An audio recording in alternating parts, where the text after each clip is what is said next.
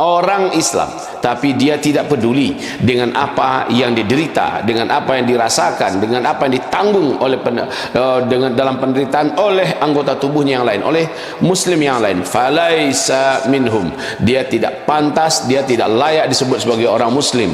Ya, ibaratnya anggota tubuh yang sudah mati, anggota tubuh yang sudah menjadi bangkai, yang tidak pantas ada di dalam tubuh lagi, dia harus dibuang. Kalau tidak akan membuat penyakit dan menambah masalah bagi tubuh kita keseluruhannya. Assalamualaikum warahmatullahi wabarakatuh. Semangat selalu dalam beramal di bulan Ramadan. Mari kita melakukan akselerasi amal, di mana tidak cukup dengan apa yang kita lakukan buat diri kita saja, tapi kita merambah amalan kita menjangkau orang lain demi memperbanyak amalan kita. Inilah amalan-amalan yang utama di dalam bulan Ramadan, yaitu memperbanyak puasa, seolah-olah kita mengkloning diri kita menjadi sekian banyak, dan masing-masingnya berpuasa dan pahalanya ngalir ke kita. Itu diberikan petunjuk oleh Allah SWT dan Rasulnya dengan cara berilah berbuka dan makan berbuka orang-orang yang berpuasa, serta sahurnya orang-orang yang untuk berpuasa.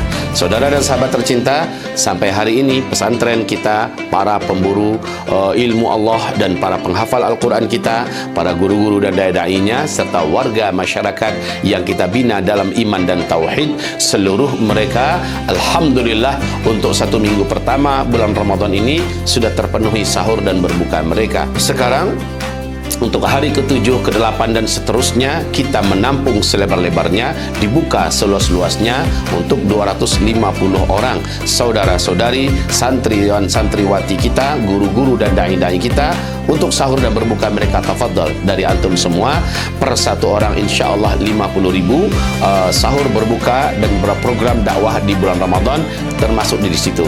Kita membutuhkan 250 orang per satu hari. Silakan diantarkan atau ditransfer ke Uzma Care ya, 716-7684-003 Bank Sedah Indonesia atas nama Uzma Care. Tapi ingat, tolong dilebihkan di angka belakangnya, angka 1 ya. Pokoknya kita mengirim 10 juta atau 5 juta, 5 juta 1, 10 juta 1. Berarti tim admin kita langsung paham bahwa ini dimaksudkan untuk membukakan puasa orang-orang yang berpuasa. Semoga apa yang kami sampaikan menjadi gelora dan semangat yang tidak pernah berhenti dari kita semua merangsang dan mengejar ketertinggalan kita dalam amal. Wabil khusus bulan Ramadan, bisa jadi ini adalah Ramadan terakhir kita. Jadikanlah ini Ramadan terbaik, terhebat dan terbanyak pahala kita. Barakallahu fikum, ditunggu dan dinanti. Selamat menikmati pahala bersama-sama. Assalamualaikum warahmatullahi wabarakatuh.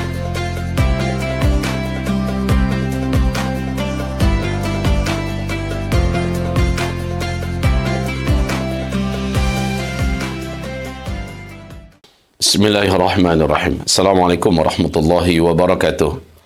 Alhamdulillah bi ni'matihi tatimmus salihah. Salatan wa salaman ala habibillah Muhammad Rasulillah sallallahu alaihi wasallam wa man tabi'ahu bi ihsan ila yaumil qiyamah. La haula wa la quwata illa billah. Amma ba'du, saudara dan sahabatku, saudara yang tercinta, sahabat-sahabat seiman, alhamdulillah tanpa dirasa kita sudah memasuki hari yang 20 terakhir ya daripada bulan Ramadan kita. Masya Allah, mudah-mudahan ini adalah babak final di mana kita hendaknya keluar sebagai pemenang di dalam menaklukkan dan menjinakkan nafsu yang selama ini sangat dominan di tubuh kita. Mudah-mudahan nafsu yang telah kita tunggangi beralih dari nafsu al-ammarah bisu kepada nafsu mutmainnah, insya Allah, amin.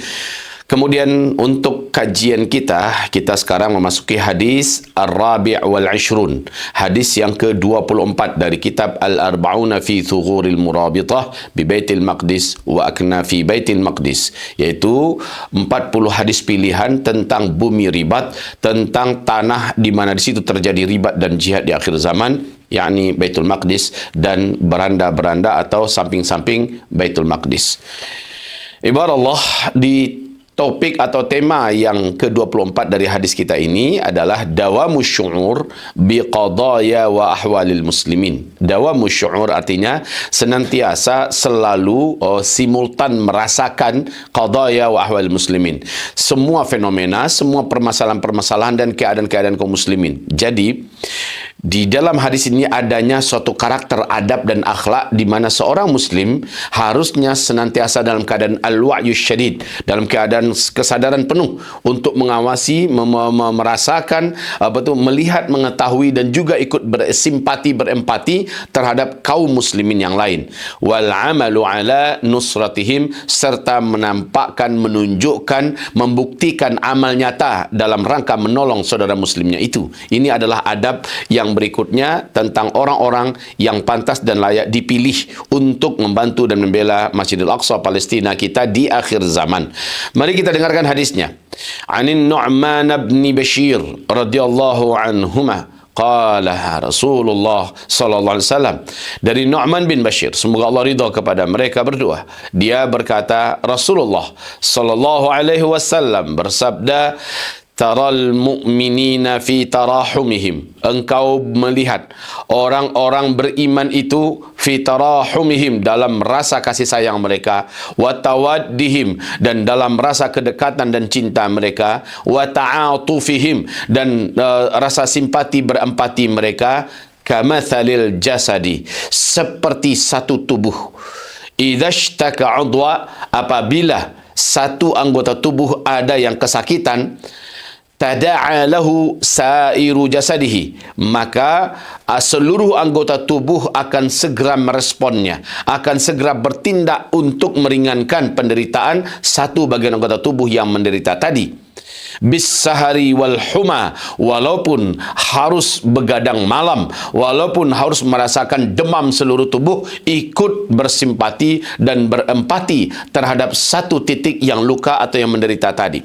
Saudara dan sahabat yang tercinta, coba apabila kaki kita keinjak paku yang berkarat, lalu terjadilah pembengkakan tetanus, apa kita tidak demam? Pasti demam. Apa akal tidak berfikir? Apa kaki yang lain tidak memikul beban daripada kaki yang tadi kena? Kamu yang kena, ya, biarlah kamu sekarang istirahat dulu. Kamu angkatlah biar saya menampung dan memikul seluruh badan. Sementara mata juga mencari, melihat obat mana yang cocok, ya. Mulut berbicara, ya, bagaimana cara mengungkapkan rasa sakit ini, kemudian bercerita kepada dokter dan sebagainya. Semua anggota tubuh benar-benar ikut bersimpati dan berempati. Itu yang dimaksud dengan satu tubuh. Jangan seperti tubuh yang sudah dianggap mati. Maka ini apa gunanya dia ada di tubuh itu? Ibaratnya tangan ini sudah mati sebelah, dia hanya menjadi beban, digerakkan tak bisa, ya. Kemudian memberi manfaat kepada kita juga tidak ada, hanya menjadi beban. Maaf ini, ya, biasanya tangan yang mati ini pasti membusuk dan akan menjadi penyakit bagi seluruh tubuh yang lain. Lebih baik tangan ini dibuang saja. Maka kata Rasulullah SAW, man lam yahtam bi amril muslimina falaysa minhum. Di hadis yang lain, falaysa bi muslim. Orang Islam tapi dia tidak peduli dengan apa yang diderita, dengan apa yang dirasakan, dengan apa yang ditanggung oleh dalam penderitaan oleh anggota tubuhnya yang lain, oleh muslim yang lain, falaysa minhum. Dia tidak pantas, dia tidak layak disebut sebagai orang muslim. Ya, ibaratnya anggota tubuh yang sudah mati, anggota tubuh yang sudah menjadi bangkai, yang tidak pantas ada di dalam tubuh lagi, dia harus dibuang. Kalau tidak akan membuat penyakit dan menambah masalah bagi tubuh kita keseluruhannya. Nah, saudaraku yang tercinta, suatu ketika Rasulullah SAW pernah bersumpah, wallahi la yu'min, demi Allah tidak ada iman. Sumpah kedua Nabi juga sama, wallahi la yu'min, demi Allah tidak ada iman. Sumpah ketiga, wallahi la yu'min, demi Allah tidak ada iman. Takut para sahabat mendengarkan sumpah Nabi yang berulang-ulang 3 kali ini. Faqalu, mereka bertanya, ya Rasulullah, waman, siapa yang kau maksud? Tidak beriman, tidak beriman, tidak beriman. 3 kali Nabi bersumpah. Ternyata, saudaraku, di dalam surat Fatir, ayat yang ke-32, disebut oleh Allah Subhanahu Wa Taala, iman ini ada 3 tingkatan. Iman sabiqun bil khairat, iman muqtasid, dan iman zalimul li nafsih. Iman yang paling rendah itu adalah zalimul li nafsih. Ini imannya orang Islam kebanyakan. Ya, buat amal ada, dosa juga ada. Dan biasanya orang ini akhir hayatnya cenderung su'ul khatimah. Di alam barzakhnya dia merasakan azab, dan di padang mahsyarnya berat hisabnya, dan di atas titian menuju ke surga dia harus berjatuh dulu ke dalam neraka, dicuci dulu karena kebanyakan dosa. Jadi orang-orang ini setelah itu dosanya bersih, baru dia dikeluarkan dan masuk surga. Masuk surga ya, karena masih ada iman. Yang kedua, iman yang kedua yaitu muqtasid, orangnya pertengahan. Pemilik iman ini disebut dengan imanul mukminin, imannya orang-orang beriman. Kalau tadi imanul muslimin, ini imanul mukminin, imannya orang-orang mukmin. Orang ini, saudaraku, masuk surga tapi menjalani hisab. Hanya saja di dunianya insya Allah dia mengerjakan semua wajib-wajib, meninggalkan semua yang haram-haram, sehingga orang ini akhirnya husnul khatimah. Di alam barzakhnya dia aman, ditempatkan di tempat yang terhormat. Kemudian di padang mahsyarnya dia dihisab. Hanya saja hisabnya hisab yang diringankan dan sebentar. Di atas titian insya Allah tidak jatuh ke dalam neraka, dia sampai ke seberang. Alhamdulillah masuk surga.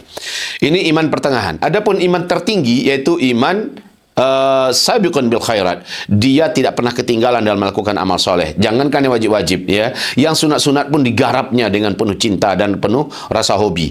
Jangankan mengerjakan dosa besar, dosa kecil saja dia jauhkan. Jadi orang ini benar-benar sangat merawat, menjaga imannya, menjaga amalnya, dan menjaga ketaatannya kepada Allah Subhanahu wa taala, dan sangat takut berbuat dosa-dosa.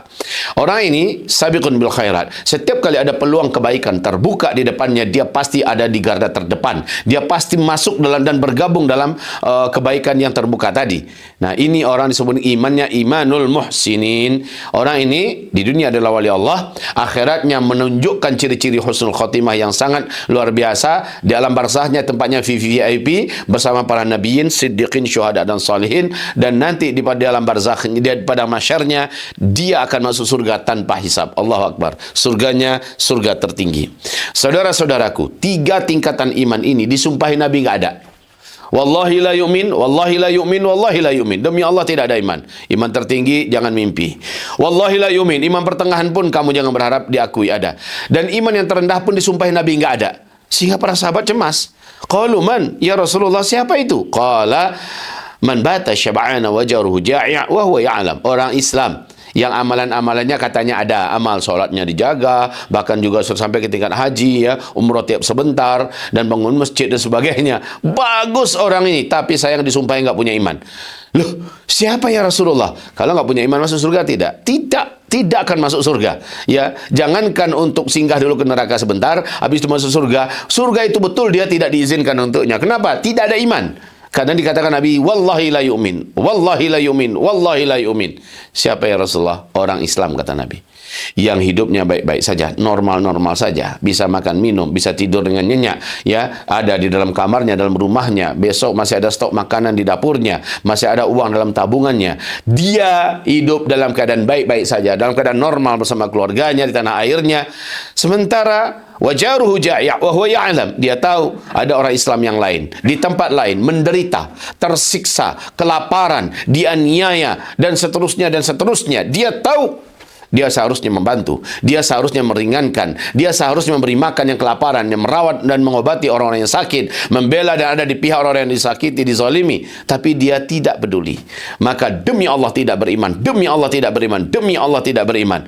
Tangan palsu, ketika semua anggota tubuh ada yang menderita, ya, semua anggota tubuh ada luka-luka, emangnya tanggal palsu ini bisa merasakan apa-apa? Nggak bisa merasakan apa-apa. Dia nggak peduli, dia cuek saja dengan apa yang diderita oleh anggota tubuh yang lain. Maka tanggal palsu ini tidak dikatakan sebagai anggota tubuh, saudaraku, dan dia dibuang karena dia tidak berguna, tidak bermanfaat. Dia hanya menjadi beban, ya. Hadirin hamba-hamba Allah yang kami muliakan, seperti itu. Jadi adab yang berikutnya yang seharusnya ada pada setiap muslim kita, khususnya orang-orang yang memang menyatakan saya cinta Palestina, saya ada di pihak Palestina, saya ingin bantu perjuangan Palestina. Orang ini salah satu adabnya, dia harus punya perasaan yang seperti ini. Kalau tidak ada, diam saja dia, bahkan dia berkata, ngapain ngurus jauh-jauh Palestina, ya, kita aja di sini banyak masalah, ngapain nolong-nolong orang Palestina, kita saja di sini banyak orang yang mau ditolong, ngapain. Biasanya orang macam ini orang yang dalam hatinya ada penyakit, ya. Jangankan yang jauh, yang dekat aja dia nggak akan peduli itu.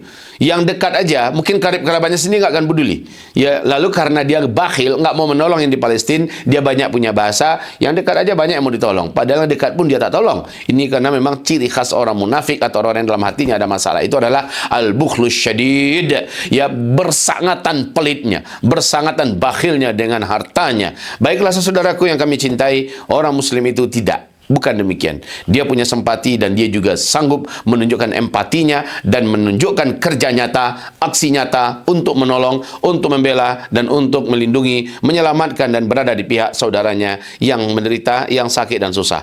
Semoga Allah Subhanahu wa taala menunjukkan kepada kita hidayah iman ini dan membukakan hati kita sehingga tidak membiarkan ada seorang pun di antara kita, melainkan alhamdulillah dia punya simpati dan empati serta aksi nyata untuk saudara muslimnya di Palestina. Salurkan melalui Bank Syariah Indonesia 71676840003 di Uzma Care kita. Mudah-mudahan Allah menjadikan antum dan kita semua termasuk di barisan yang sama, barisan para pejuang untuk kemerdekaan Palestina dan Masjidil Aqsa kita. Barakallahu fikum. Merdeka Palestina. Assalamualaikum warahmatullahi wabarakatuh.